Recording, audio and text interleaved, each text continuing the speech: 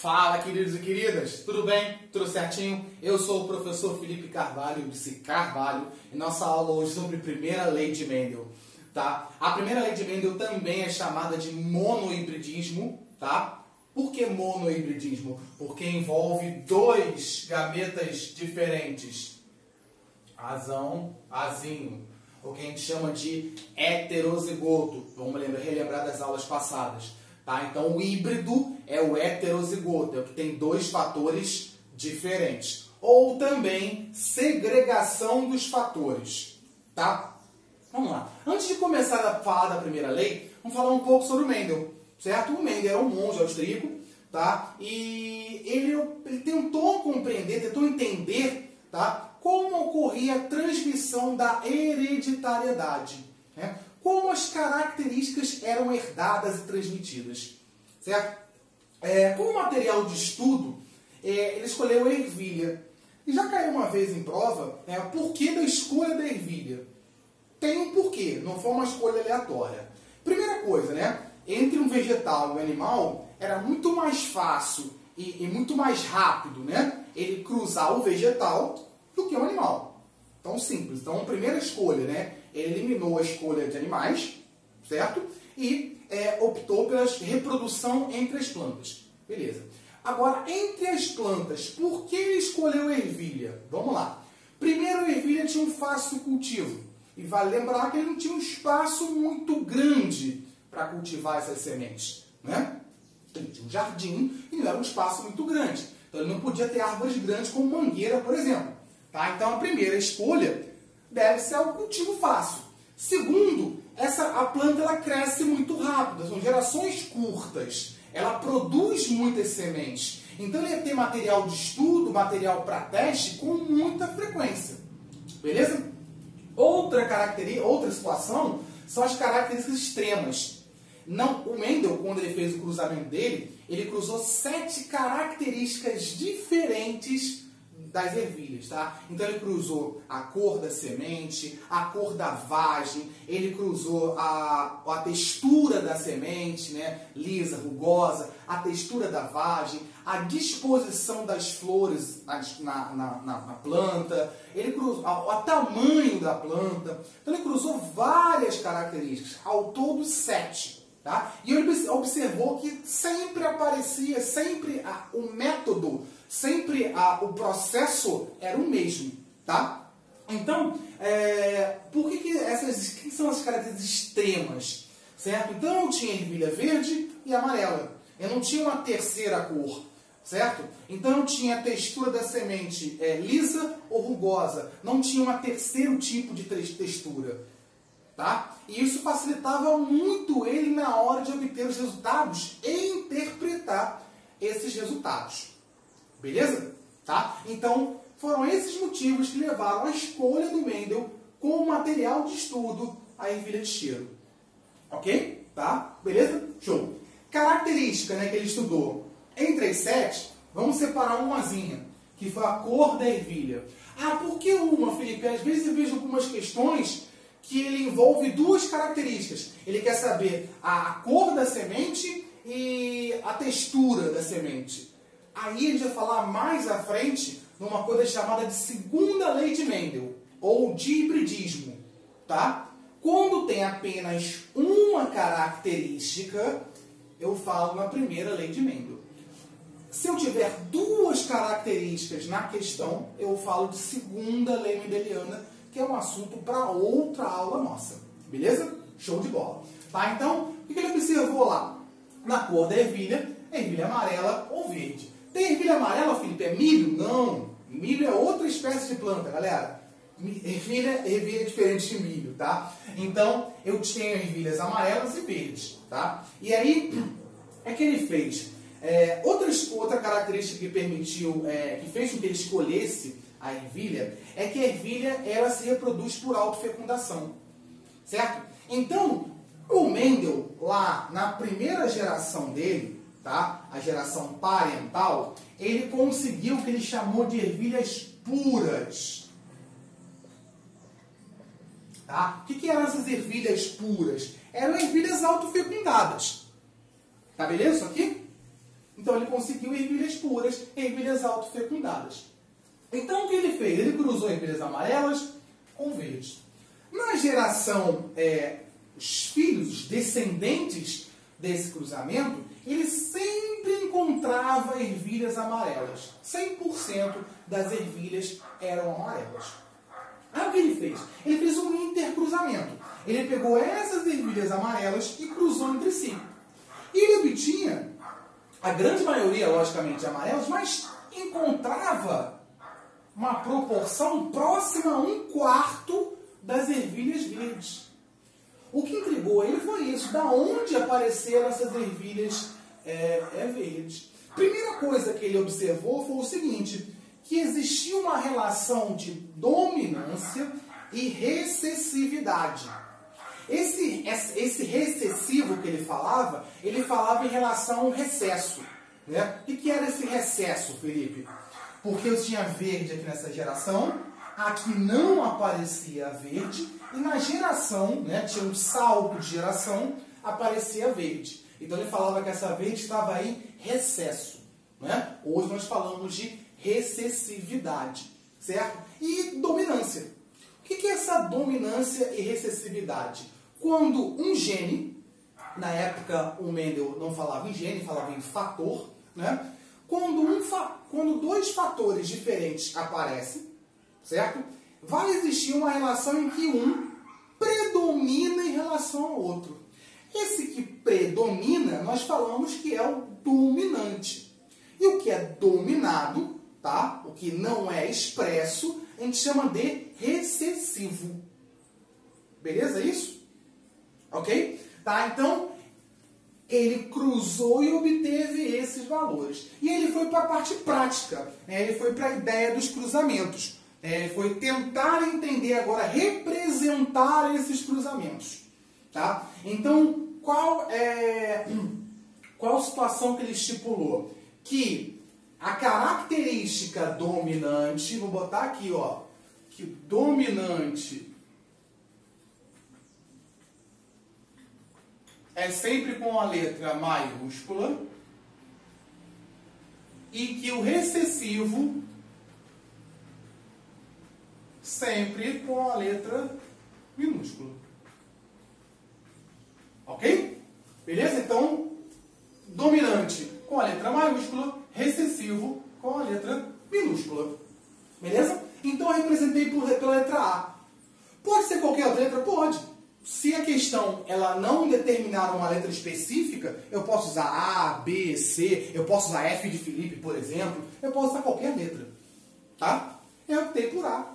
Uma coisa, seria a letra do alfabeto e pronto. Beleza? Ok? Queridos, então tá. Aqui é a geração parental. Eram ervilhas puras, autofecundadas, em que tinham os gametas, tinham genes iguais. Certo? Perdão, gameta não, tinham genes iguais. Certo? Então, o que acontece? Eu tinha aqui, ó, azão, azão e azinho, azinho. Por que azão, azão, Felipe? Simples. Você, para formar uma característica, não recebe um gene do pai e um da mãe? Certo?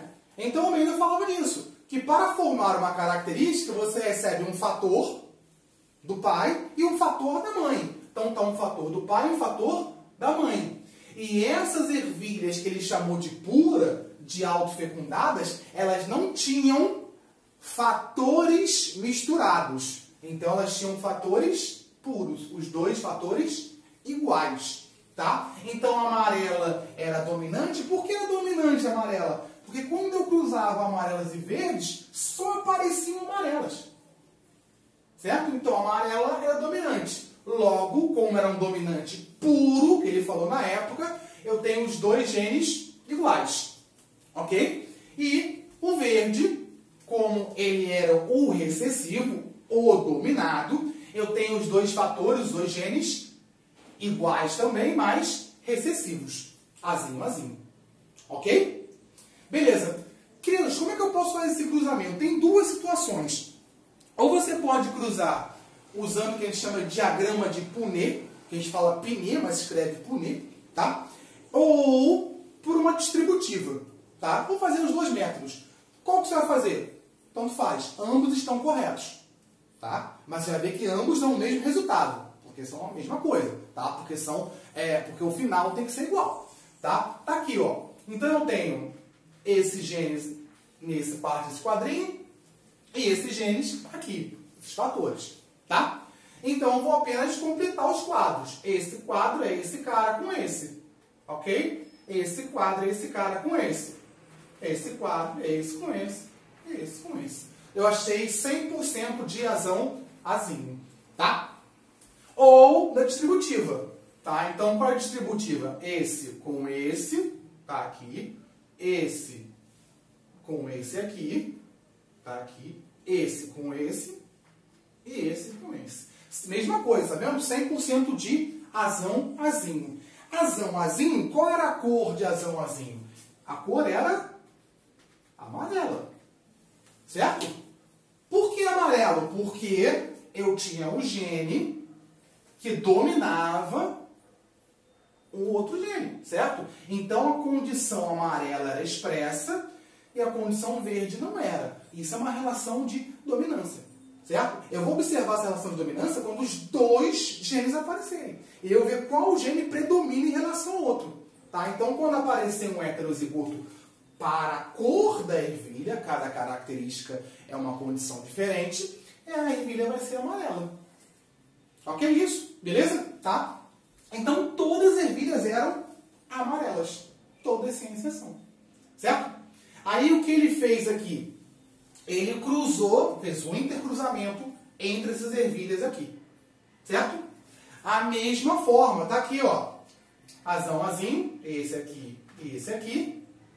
Azão azinho e esse aqui. Ok? Beleza? E o que eu fiz ali? Eu juntei, tá? Os gametas. Então tá aqui, ó. Azão, azão, azão, azinho. Azão, azinho. Azão, azinho. Pera aí que borrou aqui. Tá? Azão, azinho e azinho, azinho. Ok? Ou a distributiva. Tá aqui, ó. A distributiva, ó. Esse com esse aqui, ó. Azão, azinho. Esse com esse. Azão, azinho. Esse com esse. Azão, azinho. Ah, Felipe, eu posso colocar, mas o recessivo está na frente. Nunca. Sempre o dominante na frente, tá? Isso aqui, ó, é um erro. Colocar na prova isso, na discursiva, o avaliador, o examinador, a prova, ele pode cortar isso aí e te dar o erro da questão, tá? E esse cara com esse aqui. Beleza? Repara que os valores, as situações dão a mesma coisa, tá? Tá, mas vamos ver a proporção que aparece aqui? Olha essa ervilha aqui. Qual é a cor dela? Amarela, não é? Essa aqui é amarela porque eu tenho um gene dominante amarelo dominando o verde, certo? Amarela, tá? E aqui é verde. Então eu tenho 3/4 de amarelas, que corresponde a 75%, certo? Matemática é isso, proporção. E eu tenho 1/4 de verdes, que corresponde a 25%. Tá? Ah, Felipe, mas... Ok, tá beleza, eu entendi. Mas eu não odeio ervilha, né? Eu não gosto de ervilha. Na hora de comer lá o cachorro-quente, o podrão, eu tiro a ervilha do cachorro-quente. Eu não gosto, tá? Eu não gosto de caldo de ervilha, eu não gosto de nada. Certo? Queridos, independe da característica. Se ela é uma primeira lei mendeliana, o método, a formatação, né, a metodologia é a mesma. O que muda é a característica em questão. Então a gente vai ver, por exemplo, primeira lei para albinismo, para miopia, né, para a capacidade de enrolar a língua ou não, certo? Por uma série de fatores em que a primeira lei é aplicável, em que é uma situação, é uma transmissão conforme a primeira lei de Mendel, tá? Então, a ervilha só foi o material de estudo. A característica da ervilha só foi o estudo, né, a testagem que ele fez. Mas isso serve para inúmeras características dentro dos mais variados organismos vivos. Beleza? Tá ok? E para fechar, conceito importante, o que é genótipo e o que é fenótipo. Genótipo, galera, são os genes. Então, aqui, ó, isso aqui é um genótipo. Tá? Vou botar aqui, vou melhorar aqui. Genótipo. Tá, beleza? Tá? Amarelo, verde, são fenótipos. Tá? Então, genótipo refere-se ao gene. Tá? Então, azão, que a gente chama de homozigoto dominante, isso é importante. Azão-azinho, que a gente chama de heterozigoto, porque são diferentes. Tá? E azinho, que a gente chama de homozigoto recessivo, são genes. Então, isso refere-se ao genótipo, certo? Tá?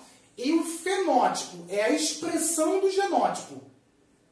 Isso é importante. O fenótipo é a expressão do genótipo. Então, por exemplo, azinho, para essa situação aqui, condiciona o quê? A ervilha ter a cor verde. Então, genótipo azinho faz com que a ervilha seja verde. Tá? Isso é muito importante. Alguns fenótipos podem sofrer influência do ambiente. A cor da pele, a cor do cabelo, né? Você pode pintar o cabelo, você pode ficar mais bronzeado, pegou um sol. Mas lembra que as alterações fenotípicas não são transmitidas. O que é transmitido é o genótipo, são os genes. Ok? Espero que tenham gostado. Um abraço a todos. Pode dar o print. Valeu, galera. Até mais. Tchau, tchau.